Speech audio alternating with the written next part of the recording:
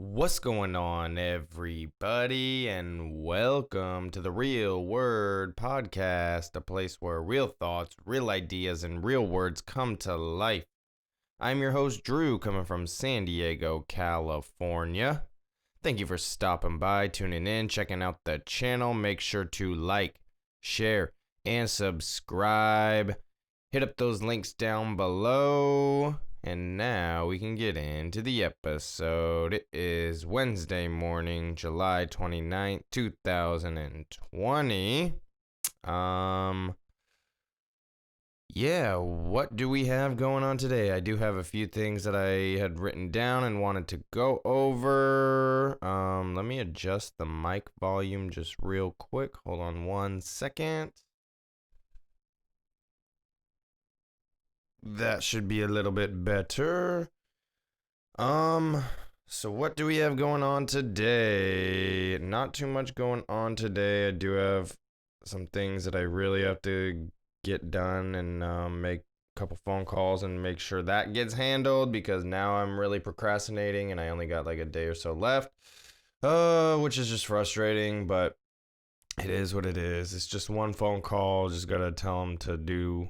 This is what I want. And then it should all be good. I just hate dealing with insurance and just agencies like that. It's just really frustrating. So other than that, not much else is going on.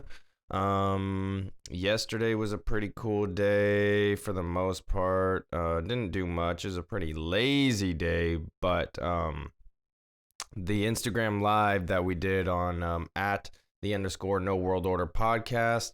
And the audio only will be uploaded today at 3:30 p.m. But once I started researching into Quest Haven and Elfin Forest and just some of the history dealing with that area, man, I was really fascinated by it. It was really interesting. My brother just kind of told me about this area few days ago because he was like looking up some trails trying to go on a hike or something and reading some reviews and he stumbled across this and passed it along to me, and yeah, me and Zach decided to do a whole kind of episode on it. He had heard about it before, Zach had, but actually doing a somewhat deep dive into the history of it is really fascinating, man. And just definitely, I suggest go checking out that Instagram live TV, the IGTV, on at the _ No World Order podcast, or like I said, the audio will be uploaded today at 3:30 p.m.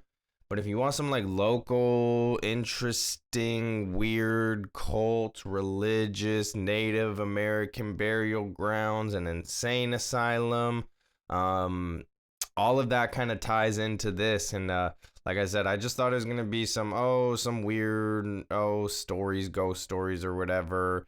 And I didn't really put too much stock into it when my brother like told me about it, but started looking into it, man, and I was like, wow, this is so fascinating. And that Quest Haven retreat owns like 655 acres out of the 700 something acres of Elfin Forest. So they own a big chunk of it, and when you look at the history of why or what that road and how it all kind of connects and where it was leading to and all of that, it was a really interesting topic, and I'm like, it really made me want to go check it out, and I think that's what we're gonna be doing. Hopefully, we make that plan to go visit these grounds and maybe go, talk to some people or something. I don't really know exactly what our plan would be, but I really have to go check this out, just knowing or at least reading up on some of the history that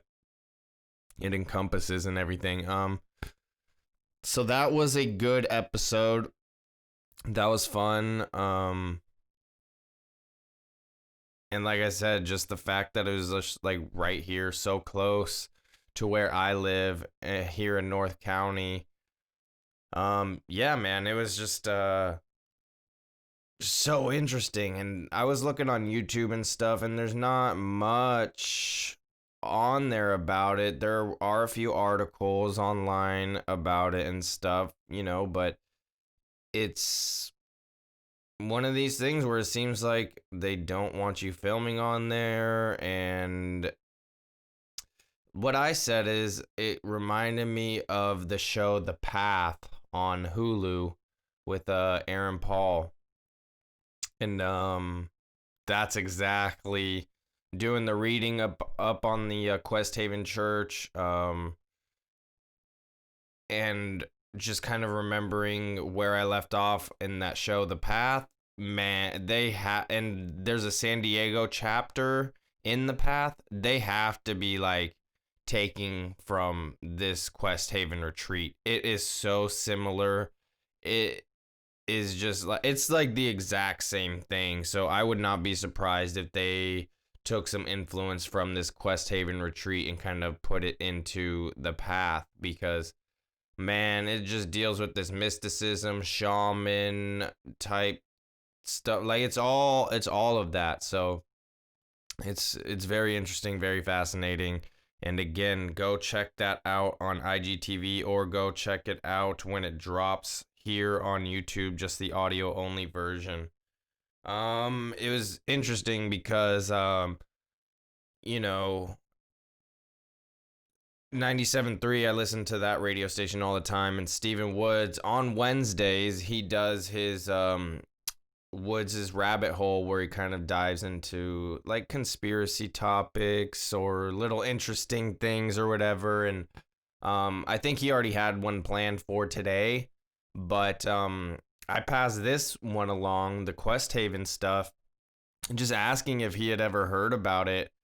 And just being involved with San Diego. I know he's not from here or whatever, but it sounds like he's been here for a while, and you know, I would assume be more involved in the city than I would. So I just passed this along, seeing if he had heard about it, and if not, to maybe, get him to do a rabbit hole on it, because I just thought it was just so interesting that it was like so close here in San Diego and everything like that. So he said he had never heard about it, and then he was talking with his wife, and she knew all about it. So he was like, this is really fascinating stuff. So I wouldn't be surprised in the next week if that's his next rabbit hole. Could be wrong, I don't know, but I definitely wanted to pass it along to him, because just of that Wednesday Woods' rabbit hole thing. And I just thought it would fit perfectly in line with all of that, and the fact that it's so local. Let's get into a little dab, and then we'll get into the meat, the protein of this stuff, the meat. When do we ever say that anymore? Let's get into the tofu of the of the topics. So we're gonna talk a little bit about Portland, since I left that out on Monday. So we'll get into that, and then we'll that'll kind of lead us perfectly into the next couple of articles, and then we'll end it with a couple more local San Diego stuff. So that's what we got going on. I'm gonna dab on this pink lemonade from Highland. Just heating the nail up. Just heating this up. Let it get nice and hot.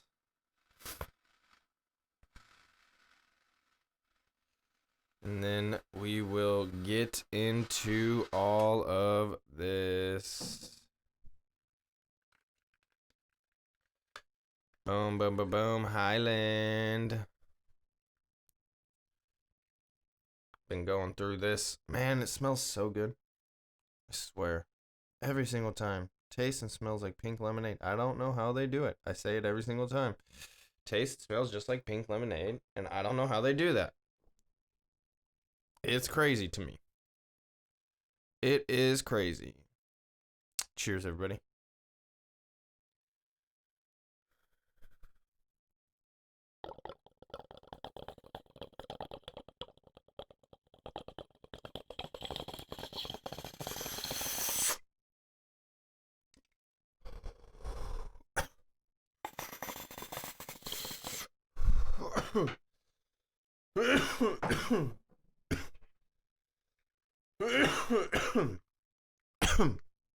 Oh yeah.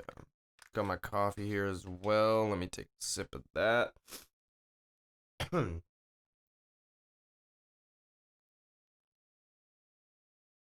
All right.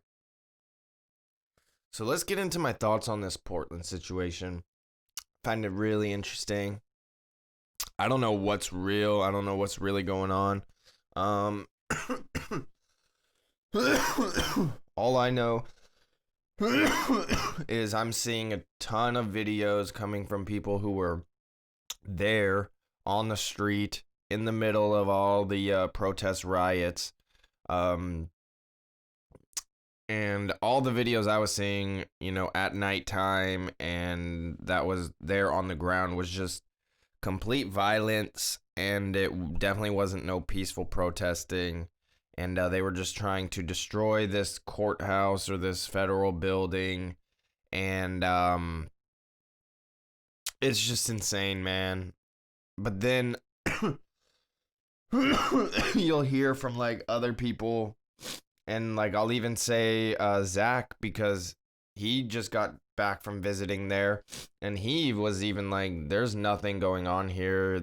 It's all like not true, and there is no takeover and all of that." But from my understanding, it's just this like 1 to 2 blocks, and they're kind of only focused on um that building where the officers are protecting inside of the building. So it's like, I don't really understand like what people are expecting when people are trying to destroy federal property. And then they're gonna like complain about getting arrested, or when the cops use force. It's like, I don't do we not like, come on, like what are we talking about? Um like I said, I don't know what's real. I don't know what's really going on. All I could say is like, I'm seeing these videos from independent journalists on the street presenting their footage, and of course it could be not manipulated, but presented in a certain way. But that's like with anything. But when I'm seeing constant video of the same thing over and over and over and over again from different independent sources that are there who aren't working together, it's like, I'm just like, you know what I mean? It's like, but I'm still seeing the same thing, and I'm not seeing any peaceful part of anything. And the mainstream will not like go there and cover it. And or at least on a massive level. Like, like I said, I don't know what's real, and I don't know what's really going on. You got people in Portland saying it's not a big deal. You have Zach, who was just there, who said it wasn't a big deal. So I don't really know, man. Do I think it's okay for unmarked or plainclothes officers to take people and arrest them in unmarked cars and all of that? Not necessarily, but if there's probable cause or proof that they were doing something and destroying federal property and all of that kind of stuff, then it's like, then there is a reason, you know what I mean? Do I agree with it? Not necessarily, but there are laws and rules in place, and it's like, you either have to follow them or break them at your own risk, man, and deal with the consequences when it happens. And it's like, we do have a constitution for a reason, and you do have to know your rights. And if they're gonna arrest you, they're gonna arrest you, but definitely learn the script. There's a couple of them out there. I know the Pop Brothers at Law one, and just go to them and just look them up, Pop Brothers at Law, and learn the script, because those 25 words that they present to you will really protect you. Even if they decide to arrest you, even if they are breaking the Constitution or breaking the law, if you follow this script, like, you will most likely be protected when you call your lawyer and you have a case. It's like, know your rights, understanding that is just really important. And but just don't go destroying property. Like, that's, in my opinion, that's a big thing in the libertarian movement, is like being non-aggressive, non-destructive, non-violent. And it's like, and then you have some libertarians who are like sticking up for it and who are all for it, and it's like, I don't understand it, man. I really don't, because it's all for, life, liberty, pursuit of happiness, equality for all, but they're destroying other people's property. So do they not have a right to protect their property? You know what I mean? It's like, I'm amazed at the restraint and resistance that some of these officers are using, man. It's like, I feel people have gotten shot and killed by officers for a lot less. And these people are like throwing bottles at them, throwing weapons at them, trying to set these things on fire, pointing lasers in the eye, who I believe have like blinded a couple of officers. It's insane. And of course, there's the excessive force being used on protesters and rioters, and there's the ones shown of people being beaten and stuff like that. It's a messed up situation, man. It's like, I don't know when an unlawfully assembly is deemed. I don't know what makes that happen or triggers that, but we do have a right to peacefully protest and peacefully assemble. But it just seems like people infiltrate these movements and these groups and kind of get them to the point of this escalation. And then the problems start, and then that's when the police can start using more force. So it's like, if these agitators or these people who come in and want the disruption, if you can take care of those people and make sure they are not there, then I wouldn't see why these peaceful protests couldn't go longer into the night. But everything I see, once it hits around 7-8 o'clock at night, it just goes crazy. Like, things start to completely turn around, and that's when kind of the destruction starts. And it's unfortunate.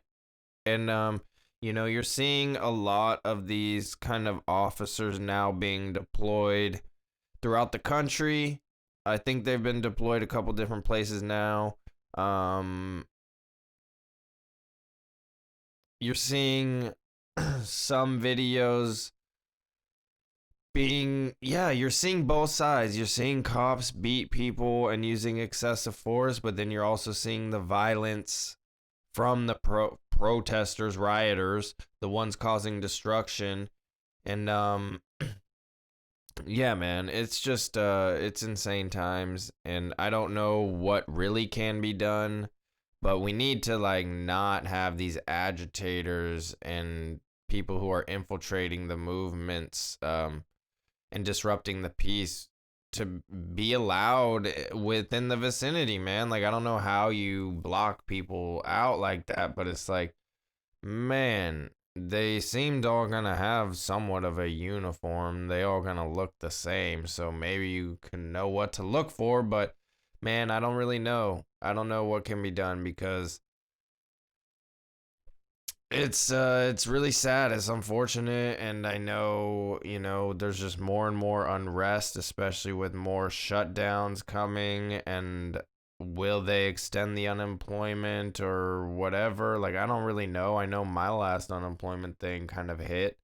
But I was kind of unemployed even before all of this happened, so I was kind of ahead of everybody else. So I don't really know what's gonna happen, man. I just know I gotta start focusing on really making this a job and a career, and being able to generate some income off of this somehow. I'm not exactly sure how to make that happen yet, but yeah, man, check out the links below if you want to help out. That's for sure, because it is going to be needed um, to live, man, to live and survive. I do not see myself going back to like a regular job. I don't know. Maybe going to a dispensary for like 2, 3 days a week would be cool, but other than that, like I don't see myself doing any kind of other real job. Kind of just makes me like sick thinking about that. Like I just really want to do what I love and do what I want to do. And, it's like the dispensary thing is like, I don't even really want to do that because I just want to grow my own. I want to do this. I want to do real estate. And I just want to be able to survive off of doing the things that I want to do and not have to depend on a boss and that type of thing. It's like, I need I need to do it myself. I really do.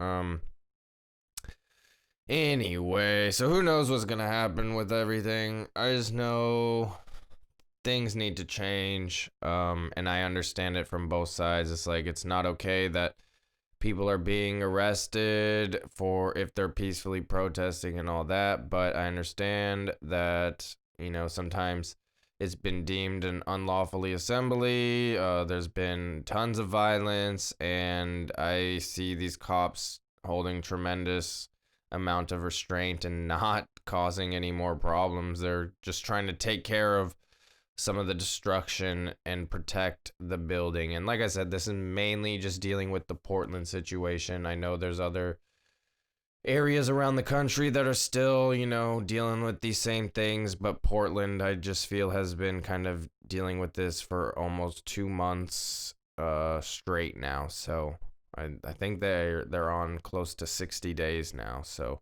pretty crazy.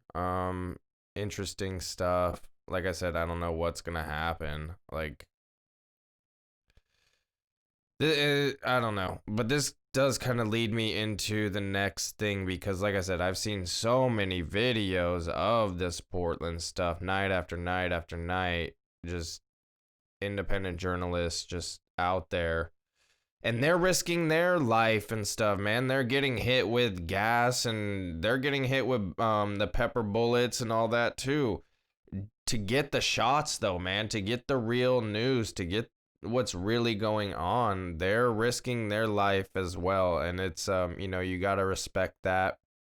And you know if you've watched any of these like protest videos or whatever, there's one guy that I watch pretty regularly who was there for like a week or two, and just night after night was just out there and presenting the truth, man. And yeah, I'm definitely gonna message him today and just tell him like thank you for doing that, because it is brave, man. It's like you're putting your life out there for for the people at home to witness it. So like I said, this kind of all leads me to the next topic, which was Fleckus Talks. He's a YouTube personality. I kind of stumbled across him maybe a year and a half ago or so, and I watched like all of his like on the street interviews, like his Trump's not that bad interviews and all of that, just to kind of get, I like that on the street perspective from the people and how he kind of challenges them and presents them with facts on things. And yeah, he's a great personality. Fun, funny. And yeah, I like his videos. I don't watch him all the time anymore, and I think he's kind of taken a step back on YouTube anyway, and I think he's more focused on like the Blaze or the Patreon stuff and all that. I don't really know exactly where he's at right now, but I just know like his YouTube content has drastically like slowed down. But he got a brief interview with New York congressional representative Jerry Nadler, and Jerry Nadler on this video stated that what's going on in Portland and the Antifa situation is quote unquote a myth, like a myth from Washington D.C. or something like that. This clip definitely went viral, and a lot of people were reposting it and retweeting it and talking about it. And I even want to say Donald Trump Jr. retweeted it. And there was just a lot of, these conservative personalities and people, influencers that retweeted it. And yeah, shout out to Fleckus, man, for getting that on video. That's insane, because of what it leads to next is just crazy. But just within that first day and a half or whatever, I don't even know how long it's been out now, like maybe 2 days, 3 days maybe, but it just went so viral. It's like a 34-second video on YouTube, and it's just wow, just so powerful just in that brief video. And it just shows you where these people's heads are at, man. It's like they're just completely ignoring everything going on in Portland, calling it a myth. And it's like, again, maybe a majority of it is. Maybe a majority of the city and, all of that is good. And maybe it is only a block or two. But still, what's going on within that block or two is pretty awful. And a lot of violence and a lot of destruction, and it doesn't look good. So it's just insane that, to me, that this representative is calling this situation a myth. That is just really, really insane to me. And what I thought was so interesting was yesterday, I had no idea that this was happening, and I just saw it on YouTube live. So I was like, oh, let's throw this on. I've never really watched one of these before. And William Barr, an American attorney, the 77th Attorney General of the United States, was called in and had his hearing or testimony. I don't know exactly what it was, but like I said, I've never watched one of these things, but I'm, excuse me, getting way more into politics and way more involved in wanting to learn and be aware. So I decided to throw this on and just kind of see what was going on. And man, I probably watched for about 2 hours or so, maybe a little bit of that. I kind of dozed off a little bit, and it was long, maybe even longer than that. I don't know. But I was watching it, and man, what a game and a joke and all sorts of things, man. The Democrats are just ridiculous, man. It's like almost every single one of them was just ridiculous to me.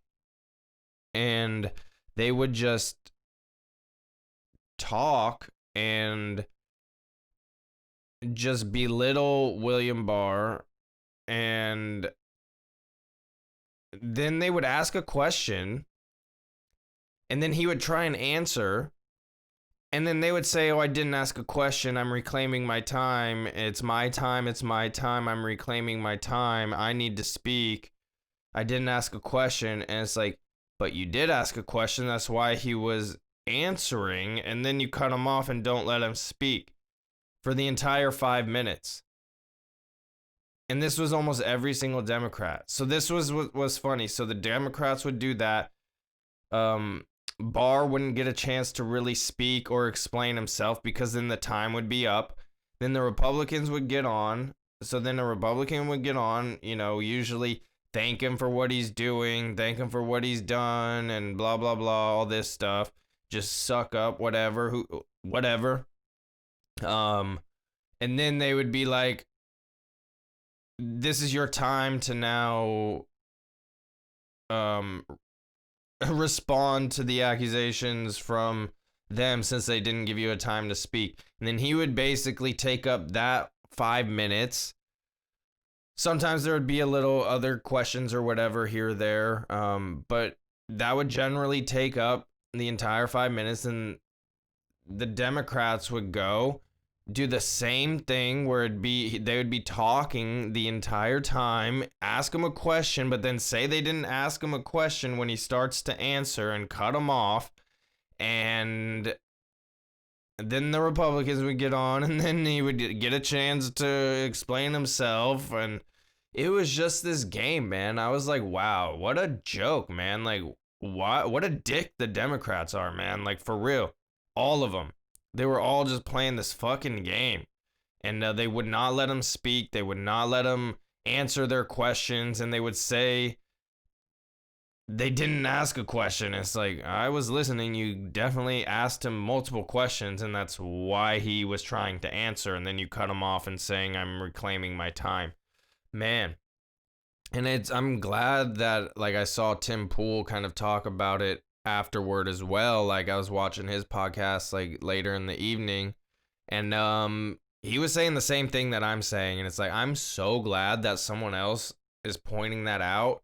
And like he said, other people were kind of talking about that on Twitter. It's like, I kind of stay away from a lot of, political personalities on Twitter. Like, I don't really want to get involved in all of that. Like, I want to kind of just keep my eye on it from afar. Like, have other people do a lot of the research and in the trenches, and I'll just get the news and pay attention. But this was like really fascinating to watch, like in real time, and just kind of see just this game that was going on from the Democrats, man. And just how just it made me feel sick just watching them. I was getting so angry at them, man. And it's like, I don't want to have that, like, that bias or whatever. Like, that's not me. But it's like, when I see them just lying and presenting things that aren't true and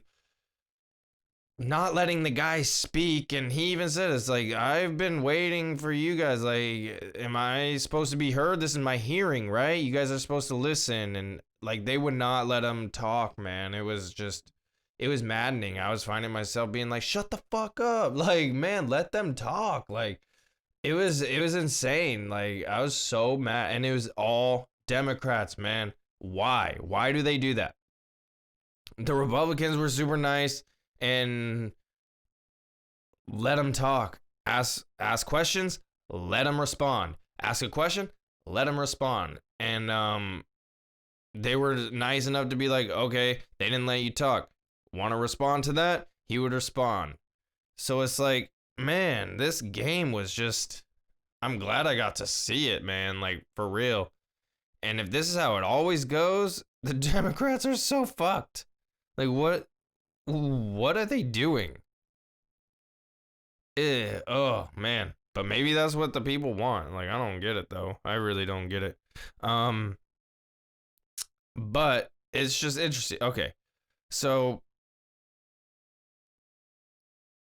within this whole hearing or whatever, Flecka's video got mentioned. It wasn't by name, but they said Jerry Nadler called Antifa a myth on this video from a reporter and all that. I was like, hell yeah, that's awesome. That's so crazy for his video, not by name. So it's like, but he knows, and everybody else knows that was in reference to his video, and it got referenced multiple times because Nadler called it a myth. So they kept bringing that up throughout the testimony, hearing, whatever it was. So I thought that was interesting. And a big moment, I feel, for Flecka. So shout out to him again. I thought that was pretty cool, man. Just the fact that this was in, like, broadcasts on, all over, and dealing with politicians and big deal stuff going on, man. Yeah, I just think all of this is just crazy, man. And like I said, I'm really glad I kind of got to watch whatever that was yesterday, testimony hearing, whatever the hell it was, and just see the game that was being played, because wow, what a joke. Like, honestly, I couldn't believe it. I really couldn't. It was something else to watch. But I had to, man. I had to finally, watch one of these things. And you always see those things like growing up on like C-SPAN or just flipping through. And it's like, oh, this is boring stuff. But no, man, this was fascinating stuff. And I'm sure all of those things kind of are. I'm sure some of it can get a little boring and monotonous at some time. But, you know, I found this one just completely interesting. And it was just interesting to see them play the game, and how it was kind of run. But let's move on from that. Let's have a little break, take a little dab, and get into some San Diego stuff. There's a couple things I wanted to get into. Yeah, let's get into the dab. Let's heat up the nail. Let's heat up the nail.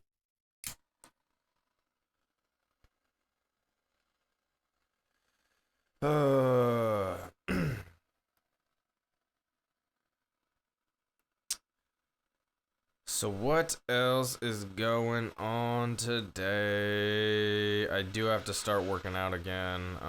It's been a handful of days now, but my body had just been sore, and I gotta stop being a little punk about that. I gotta work through the soreness, man.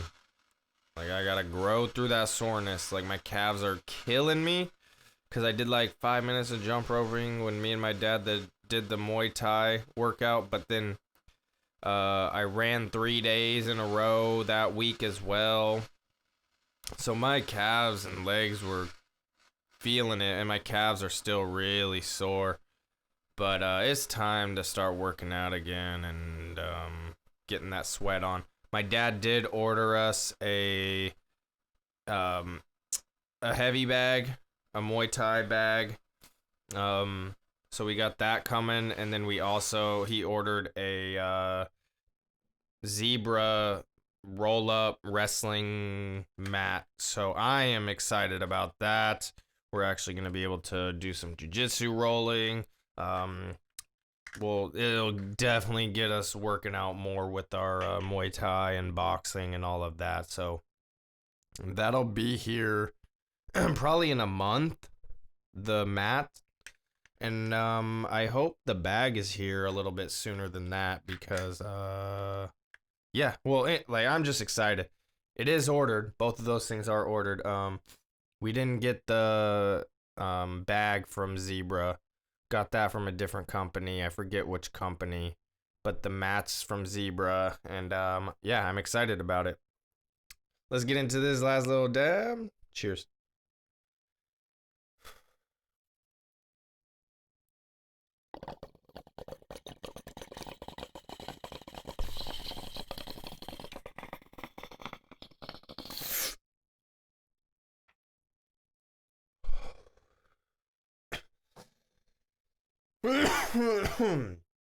Wow, wow, wow.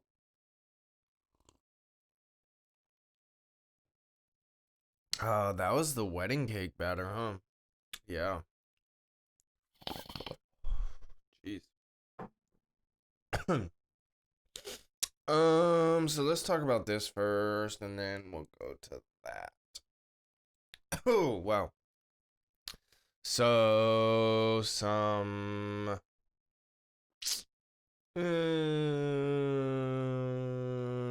unfortunate news, I guess. Kaboo in San Diego has been canceled for 2020 due to the coronavirus pandemic going on. The Music, Comedy, and Art and Cuisine Festival, which would be its 6th year, was originally scheduled for September 18th through the 20th at Petco Park, which would be its first time there.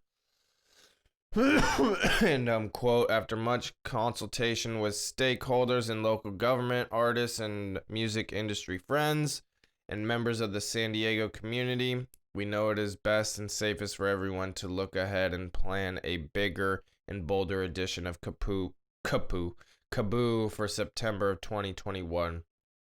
Festival organizers said in a statement. So that's, a little bit of a bummer, but I went to Kaboo last year. I guess it was the final year in Del Mar. I loved where it was in Del Mar. Like, I don't know why they would change it to Petco. That just seems not the best. But I don't know, man. Um, yeah, just go back to Del Mar, man. And I know this has nothing to do with that. This is all because of the virus and everything, but man, it's like I don't understand why they would go to Petco Park. But Kaboo is a pretty big deal, and it's pretty cool that we kind of have this festival, this 2 3 day festival here in San Diego. I didn't realize this would have been its sixth year. I thought it had only been like its fourth or something like that. But no, guess it's been going strong. And everything has kind of been disrupted this year. I am glad they're not doing some virtual thing like that would be ridiculous. But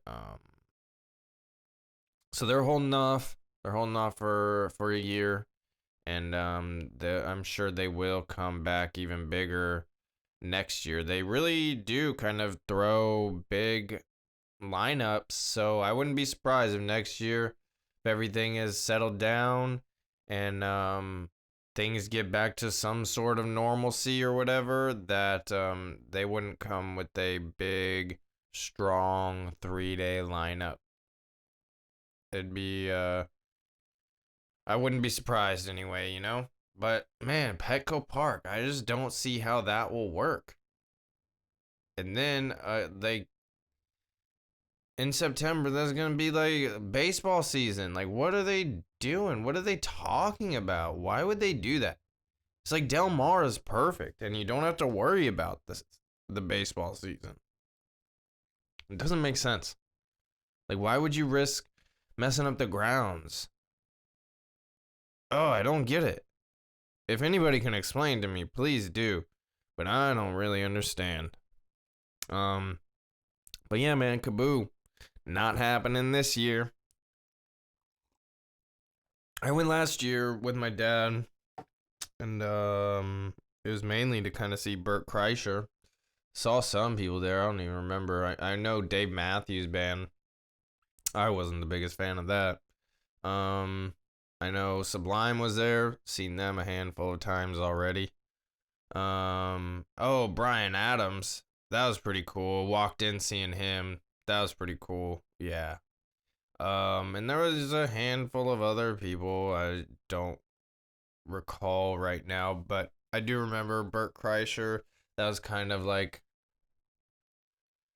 first hour long comedy set that I saw that was like in a sitting type way, like I've seen Cheech and Chong and I've seen Chong at a festival setting, but stand up, like general admission stand up, like no seating, you know what I mean? So it was just different.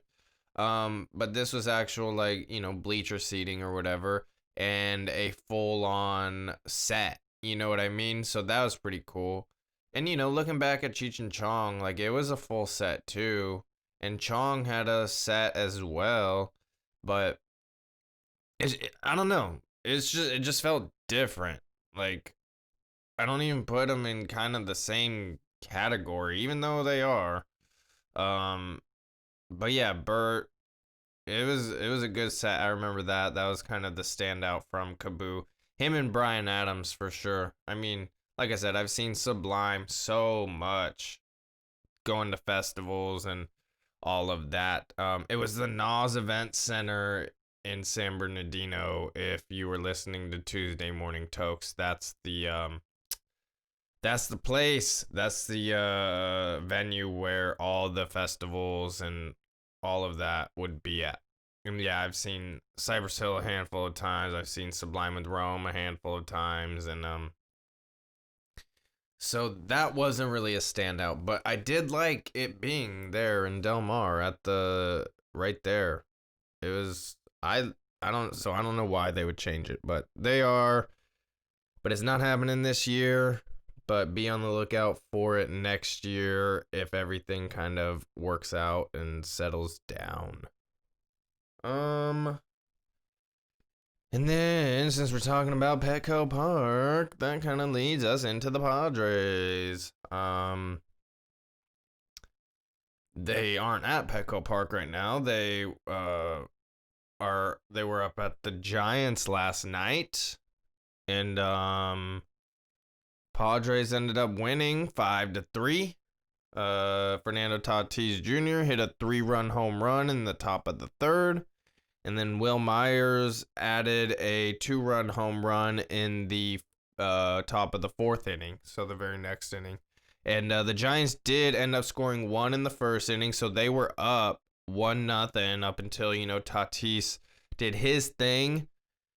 And then they scored again, another 2 in the sixth to make it a little bit of a closer game. But like I said, Padres ended up winning 5-3. So what is this? This is now a 4-1 start to this season.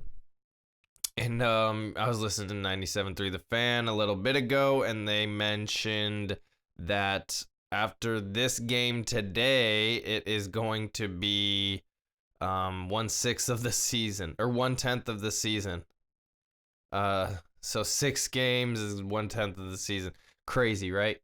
But that's how it is. That's what's going on. And yeah, man, the Padres are looking good. The manager is doing his thing, Jace Tingler, and he's keeping some consistency, but trying to figure out what works best as well, and they seem to be making it work. It does seem like a completely different team, even though, it's some of the same players, some new players added as well. And their discipline at the plate seems to be there. They're taking a lot of walks, so that means they're not swinging at pitches they shouldn't be. They have gotten some calls, but that's baseball right there, so that, if you want the automatic strike zone, then that, that can be your case. And I was for the automatic strike zone, but I do kind of like the human element to it, but I could go either way. Like, we do just want the call to be right, you know what I mean? So, however we can get it the most accurate, and that would be with a automated strike zone, then that's what should be done. And it's like, the technology is there. It would not slow down the game one bit, I feel. Yeah, I don't know how it'd be implemented. Maybe there would just be like a buzzer or something like that, or just where the ump signals, or I don't know how it'd be implemented. I really don't, but I think the automated thing would be pretty good. Like I said, I like the human element to it because you get some calls that you shouldn't, but then that works against you as well, so you got to take the good with the bad. But the Padres, man, they're looking pretty good. They're making good contact when they make hits, even if they're not getting on base. Like, the contact they're making is usually pretty solid. A couple people have already hit a couple home runs, so they're doing their thing, and they're scoring some home runs, but they're also like getting hits to score as well. And that was a big problem over the last handful of years. Like, they would mainly, if they would hit a home run like a year or so ago, it'd just be like solo shots, and they would not really be getting that production. And already, man, they've had a couple of like 5-6 win run games and stuff like that. So they're scoring runs, they're being productive, and it's really cool to kind of see. So gotta shout out the Padres. They gotta keep that momentum going. They gotta stay healthy. I mean, who knows what's gonna happen with the entire MLB season? I know if most teams stay healthy, then hopefully they can keep it going. I know some teams are kind of dealing with an outbreak and wanting to kind of keep it under control and all of that. So who knows where this season will go. All the Padres can do and all these other teams can do is just continue to play, or maybe not. Maybe they can just say, you know what, too much is going on. Let's call it a season. So who knows? Who knows what's going to happen? All I know is I'm going to continue watching as long as the Padres are playing. And yeah, that's what's going on. And man, they're doing pretty good so far. And I'm excited about the team. And I'm excited about just this interesting season, man. If they can continue and make it the entire 60-game season, and I will be really anxious to kind of see where the Padres end up because of the talent that they have, the youth that they have, with the veterans they have. I just think they could be posed for a real interesting season. I'll just leave it at that. I don't want to jinx anything. I don't want to put anything out there to ruin anything. But right now they are 4-1, and I'm not sure what time the game is on today. I will find out, but whatever time it is, I'll be watching at least a little bit of it. I didn't get to watch the whole thing yesterday. I definitely passed out before the end. But woke up, saw that it stayed 5-3, and yeah, man, I was excited, and it always feels much better when the Padres win, even though I try to keep the emotions out of sports now because it doesn't really affect me, but I still love sports, and it is a good getaway, So that is what it is. I didn't get a chance to watch the UFC on Saturday because we were, at the comedy event, seeing Sam Tripoli and everything. And yeah, I didn't get a chance to watch it. So that's why I didn't really mention any of that. So that was, one of the sacrifices I had to make because I usually just always watch UFC Saturdays. Whenever it's on, that's what I'm usually doing. But this last Saturday, there was something different, and that doesn't usually happen, and I kind of had to jump on that, and I'm definitely glad we did that. So fights will always be there. I didn't get a chance to watch this one, but it is what it is. Sometimes that happens. I think that is going to be it for me. I appreciate everybody. If you're still listening, again, make sure to like, share, and subscribe. Go check out all the other videos on the playlist. Hit me up if you want to support the channel and support us. Hit up the other links, man. I'm gonna try and get my Audible code up there, link up there. I've been using Audible again, and